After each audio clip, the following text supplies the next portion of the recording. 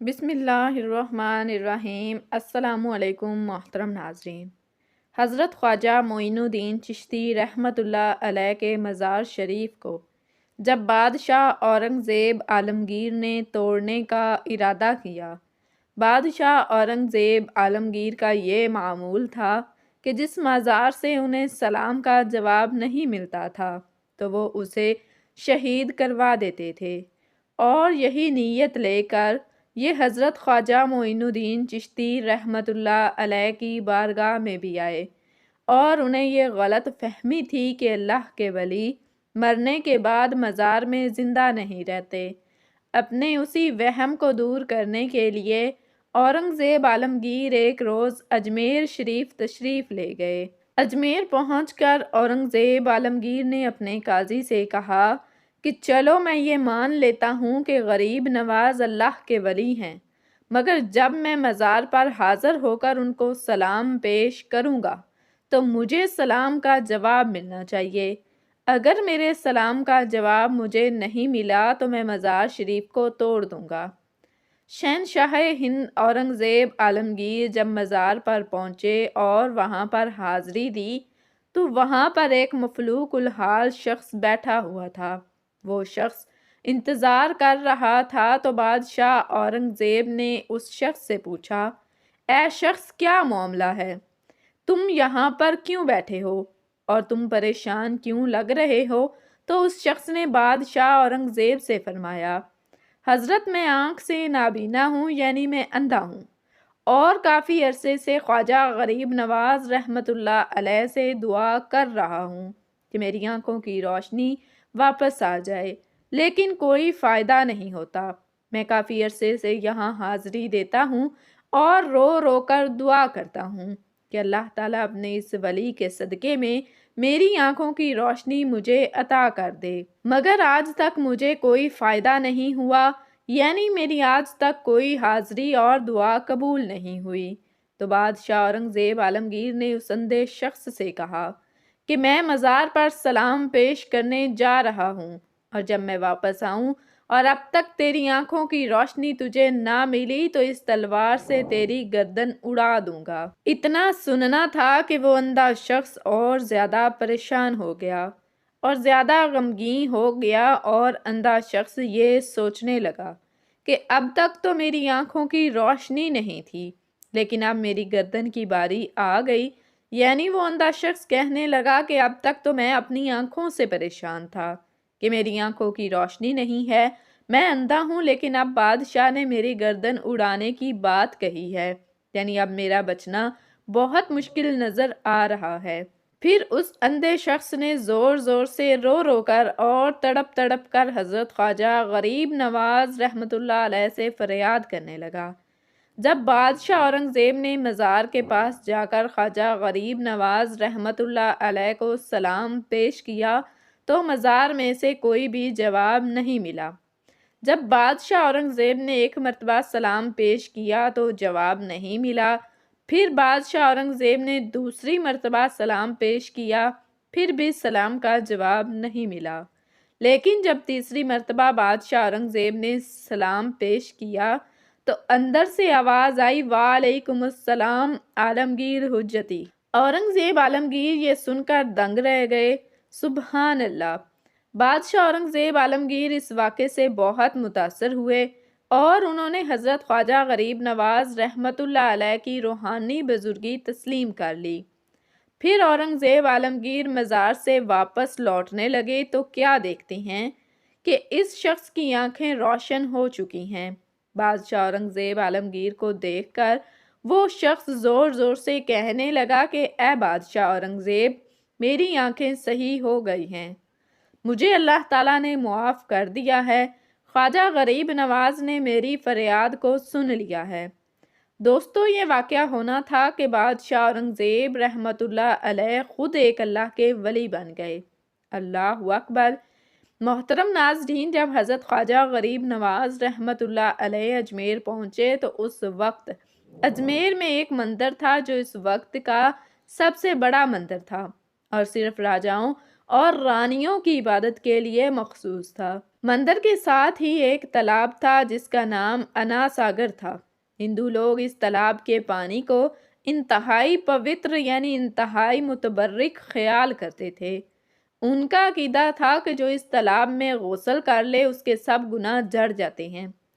کہتے ہیں کہ اس مندر میں رات کے وقت اتنے چراغ جلتے تھے کہ ایک رات میں 3.5 من تیل ان چراغوں میں استعمال ہوتا تھا۔ ارد گرد کے کئی دیہات مندر کے نام سے تھے، یعنی ان دیہاتوں کی آمدن مندر پر خرچ ہوتی تھی۔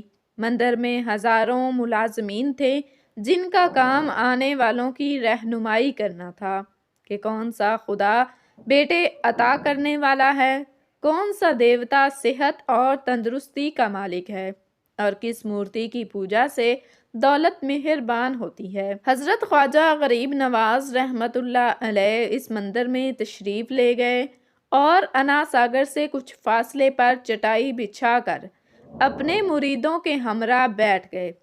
عصر کا وقت تقریباً ہونا ہی چاہتا تھا، لہٰذا آپ رحمت اللہ علیہ نے حضرت قطب الدین بختیار کاکی رحمت اللہ علیہ سے اذان دینے کا کہا۔ کفر و شرک کے گڑھ اجمیر میں اللہ تعالیٰ کی وحدانیت اور حضرت محمد صلی اللہ علیہ وسلم کی رسالت کا یہ پہلا اعلان تھا۔ وہ لوگ اسلام سے مکمل طور پر لا علم تھے۔ چنانچہ اذان کی آواز سن کر وہ حیران ہوئے اور اپنے گھروں سے نکل آئے۔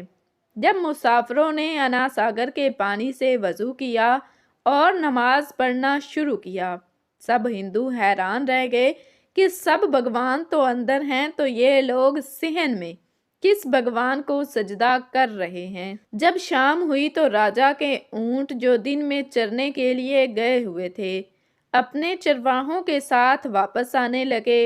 اتفاق سے یہاں حضرت خواجہ غریب نواز رحمت اللہ علیہ اپنے ساتھیوں کے ساتھ بیٹھے تھے۔ وہ جگہ راجا کے اونٹوں کے بیٹھنے کی جگہ تھی۔ چرواہوں نے آپ رحمت اللہ علیہ سے کہا کہ اٹھو بابا، اونٹوں کے بیٹھنے کی جگہ خالی کرو۔ آپ رحمت اللہ علیہ نے فرمایا کہ اتنا میدان پڑا ہے، اونٹ تو کہیں بھی بیٹھ جائیں گے، کیوں مسافروں کو تنگ کرتے ہو؟ وہ نہ مانے اور مسلسل اصرار کرتے رہے کہ اونٹ اسی جگہ بیٹھیں گے۔ آخرکار انہوں نے بہت بدتمیزی سے کہا، یہ راجا کے اونٹوں کے بیٹھنے کی جگہ ہے اور ادھر راجا کے اونٹ ہی بیٹھیں گے، تم لوگ کہیں اور ڈیرا لگاؤ۔ آخر آپ رحمت اللہ علیہ نے اٹھتے ہوئے حضرت قطب الدین بختیار کاکی رحمت اللہ علیہ سے فرمایا، اٹھو قطب الدین، یہ کہہ رہے ہیں کہ یہ اونٹوں کے بیٹھنے کی جگہ ہے، تو چلو اونٹ ہی بیٹھے رہیں۔ یہ کہہ کر آپ رحمت اللہ علیہ اپنے ساتھیوں سمیت وہاں سے اٹھ گئے۔ اگلی صبح جب اونٹوں کو چرانے کے لیے لے جانے کا وقت آیا اور چرواہوں نے اونٹوں کو اٹھانا چاہا تو انہیں پتہ چلا کہ اونٹ اٹھنے کے قابل نہیں ہیں۔ انہوں نے اونٹوں کو مار مار کر زبردستی اٹھانا چاہا لیکن وہ بیٹھے ہی رہے۔ چرواہے پریشان ہو گئے کہ جو اونٹ ان کے ایک اشارے پر اٹھتے بیٹھتے تھے آج کیوں نہیں اٹھ رہے۔ آخر انہیں یاد آیا کہ کل اس مسافر فقیر نے کہا تھا کہ چلو اونٹ ہی بیٹھے رہیں۔ لوگ اکٹھے ہونا شروع ہو گئے۔ کوئی کہہ رہا تھا کہ فقیر کوئی کامل جادوگر ہے اور کسی نے خیال ظاہر کیا کہ وہ کوئی بھگوان کا اوتار ہے۔ یہ بات راجا پرتھوی تک پہنچ گئی کہ ایک مسافر فقیر نے راجا کے اونٹوں پر جادو کر دیا ہے۔ راجا نے حضرت معین الدین چشتی رحمت اللہ علیہ کو پیغام بھیجا کہ تم کیسے فقیر ہو جو بے زبانوں کو باندھ رکھا ہے، یہ بیچارے بھوک اور پیاس سے مر جائیں گے، اس لیے مہربانی کر کے اپنا جادو واپس لے لو۔ آپ رحمت اللہ علیہ نے فرمایا کہ ہم مسلمان ہیں اور مسلمان بد دعا نہیں کرتے نہ ہی جادو۔ جاؤ کہو کہ جس کے حکم سے بیٹھے تھے اسی کے حکم سے اٹھ کھڑے ہوں۔ اب جو جا کر اٹھایا تو اونٹ پہلی بار میں ہی اٹھ بیٹھے۔ ہندوؤں کی دلچسپی ان مسافروں میں اور زیادہ بڑھنے لگی۔ 5 وقت اذان ہوتی اور نماز ادا کی جاتی۔ آخر راجہ تک یہ بات پہنچ گئی کہ کچھ فقیر آئے ہیں جو مسلمان ہیں، 5 وقت اذان دیتے ہیں اور ہمارے پوتر تالاب میں ہاتھ منہ دھو کر برشت کرتے ہیں اور ہمارے دھرم کے خلاف باتیں بھی کرتے ہیں۔ کہتے ہیں کہ یہ مورتیاں پوجنے کے قابل نہیں، یہ تو محض پتھر ہیں، اس لیے انہیں یہاں سے ہٹایا جائے۔ راجہ نے فقیروں کو پیغام بھجوایا کہ تم لوگ مانس گوشت کھاتے ہو، ہمارے دھرم کے خلاف بولتے ہو، اور تو اور ہمارے پاک تالاب کو اپنے ہاتھ ڈال کر ناپاک کرتے ہو، جو ہم برداشت نہیں کر سکتے، اس لیے تم لوگ یہاں سے چلے جاؤ۔ آپ رحمت اللہ علیہ نے فرمایا کہ اور بھی تو اتنی دنیا آتی ہے، ہمارے پانی لے لینے سے کون سا کوئی کمی آ جائے گی؟ لیکن وہ کہنے لگے کہ وہ سب ہمارے اپنے دھرم کے لوگ ہیں اور تم دوسرے دھرم کے ہو، آئندہ تم لوگوں نے تالاب کو ناپاک کیا تو ہم سختی سے پیش آئیں گے۔ آپ رحمت اللہ علیہ نے حضرت قطب الدین بختیار کاکی رحمت اللہ علیہ سے فرمایا کہ قطب الدین، شاید یہ لوگ آئندہ ہمارے پانی لینے پر کوئی فساد برپا کریں، جاؤ ایک مشکیزہ پانی لے آؤ تاکہ ضرورت کے وقت کچھ پانی تو موجود ہو۔ لہٰذا حضرت قطب الدین رحمت اللہ علیہ نے ان سے فرمایا چلو ہم مشکیزہ بھر لیتے ہیں۔ وہ اس شرط پر مان گئے کہ تمہارا جسم پانی سے نہ چھوئے۔ حضرت قطب الدین رحمت اللہ علیہ تالاب کی سیڑھیوں پر جا بیٹھے اور مشکیزہ پانی میں ڈبو دیا۔ جب وہ بھر گیا تو حضرت قطب الدین رحمت اللہ علیہ نے وہ مشکیزہ اوپر کھینچا، لیکن جو ہی مشکیزہ پانی سے باہر آیا، انا ساگر کا سارا پانی خشک ہو گیا، گویا سارا انا ساگر مشکیزے میں بند ہو گیا۔ انا ساگر کا خشک ہونا تھا کہ پورے اجمیر میں کوہرام مچ گیا۔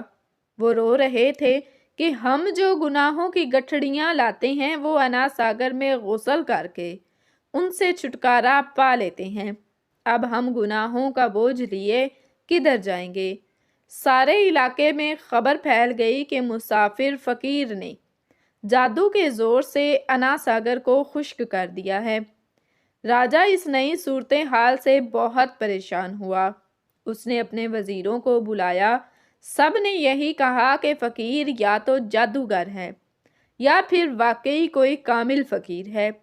ساتھ ہی وہ پریشان ہوئے کہ اجمیر کی رونق تو تھی ہی انا ساگر کے دم سے، اسی کی وجہ سے لوگ دور دور سے اجمیر آتے تھے اور اپنا ایمان تازہ کر کے لوٹتے تھے۔ انا ساگر کے خشک ہو جانے سے ہندو دھرم کی تبلیغ کو دھچکا لگے گا، اور یہی تشویشناک بات تھی۔ آخر طے پایا کہ فقیر سے مذاکرات کیے جائیں کہ آخر وہ چاہتا کیا ہے، اگر اس کے مطالبات معقول ہوں تو تسلیم کر لیے جائیں، یا پھر سب مرد عورتیں اور بچے جا کر فقیر کی منت سماجت کریں کہ لوگوں کو پریشانی سے نجات دلاؤ اور ہم پر کرم کرو۔ ہم پاپ کا بوجھ اٹھائے کدھر جائیں اور کیسے سکون پائیں، یہ تجویز زیادہ آسان تھی۔